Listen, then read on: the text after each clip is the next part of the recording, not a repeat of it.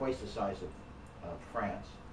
There are, it's made up of 10 countries. There are really actually 11 countries, but it's somewhat dubious. But two of them, the Congo, the Democratic Republic of the Congo, and Rwanda have traditionally at war with each other. But nonetheless, they have come together to develop a plan to protect the forest. It is about 50 to 60 million people. In terms of natural resources, if you had the choice between Canada's natural resources and the Congo's natural resources at the beginning of time, you probably would have picked the Congos. And yet, despite that, it's the poorest. It is the poorest part of Africa. This is a huge meeting for the Congo Basin countries. Essentially, if I don't know how many of you know about REDD or REDD Plus, but REDD is, as you know, the reduction in emissions from the forest degradation or deforestation. If that can go through, then actually the concept of the forest being worth more alive than it is dead will become a reality. It's a phenomenal source of medicine, herbs. There are indigenous people, both primarily pygmies, all of whom depend heavily on the forest. It's amazing.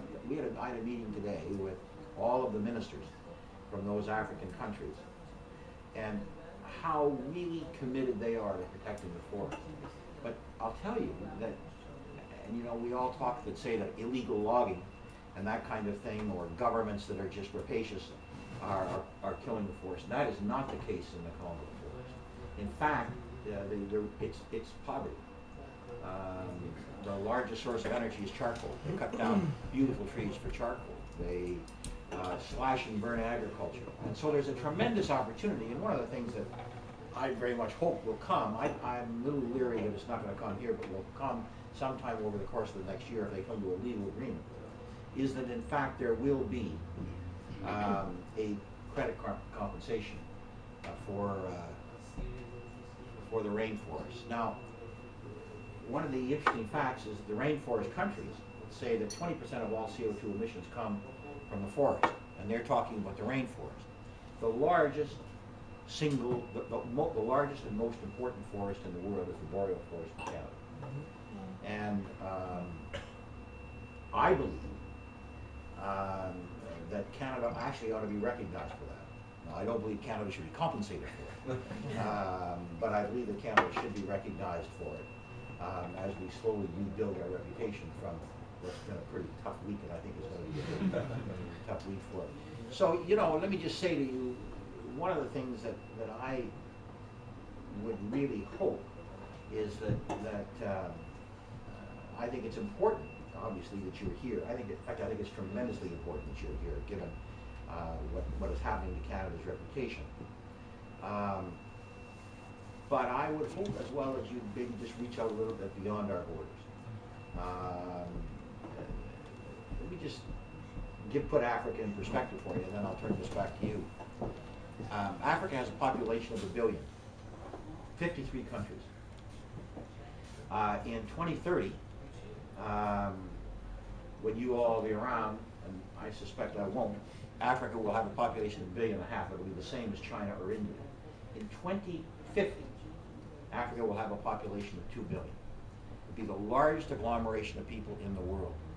And one of two things is going to happen. Politics, in my view, is really intergenerational. Governments can do an enormous amount, but essentially, and it's the reason that I think it's so important for the young liberals to be very aggressive, essentially what governments do is make decisions for the next generation. And I just want you to think about this. Africa has the potential between now and 2030, between now and 2050, to be the next China, to be the great economic shot in the arm that China and India are going to provide the global economy as the more mature economies begin to slow down. That's what Africa can do. But there is another alternative, and I just simply ask you, if Africa continues as it is now, and you think about this, it will be 2 billion people, the youngest and fastest growing population in the world, 50% of them young men, desperate, no jobs, breaking down every migratory barrier, and armed with every shoulder rocket and AK-47 or whatever the equivalent is at that time. Now that, in fact, is what you're going to inherit. And you can put, I think you can put it just as starkly as that. I think that this whole climate change issue is a tremendous opportunity for Africa. Africa has an asset that the rest of the world desperately requires, and that is a massive forest with huge diversity. But they're going to need a lot of help, because it's hard, you know, and it's going to be very hard for Barack Obama, with rising unemployment and massive debt, to go to the American people and say, let's transfer a lot of money. Now, the Harper government has said, and this is just, and I'll close on this, the Harper government has said that that there will be no credit compensation beyond North America as far as his government is concerned. And what he has used as an example is no credit compensation for Russian hot air. Well, that's just garbage. Nobody is talking about credit compensation for Russian hot air. What they are talking about is compensation to protect the forest, and it's not so much just, what it really is compensation to help poor people not have to cut down trees. And that's what this is really all about. And I would hope that as the young liberals of Canada, and obviously you are so keen on all of this, I would hope that in addition to pushing the Canadian issue, that you would push Africa. Canada has had a huge history with Africa. We're a non-colonial power. We've had going back, and it's been non-partisan. John Diefenbaker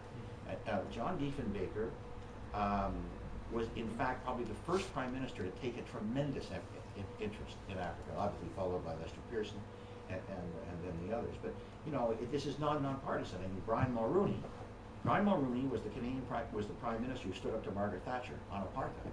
So for Harper to make this a partisan issue is just wrong. It's just wrong.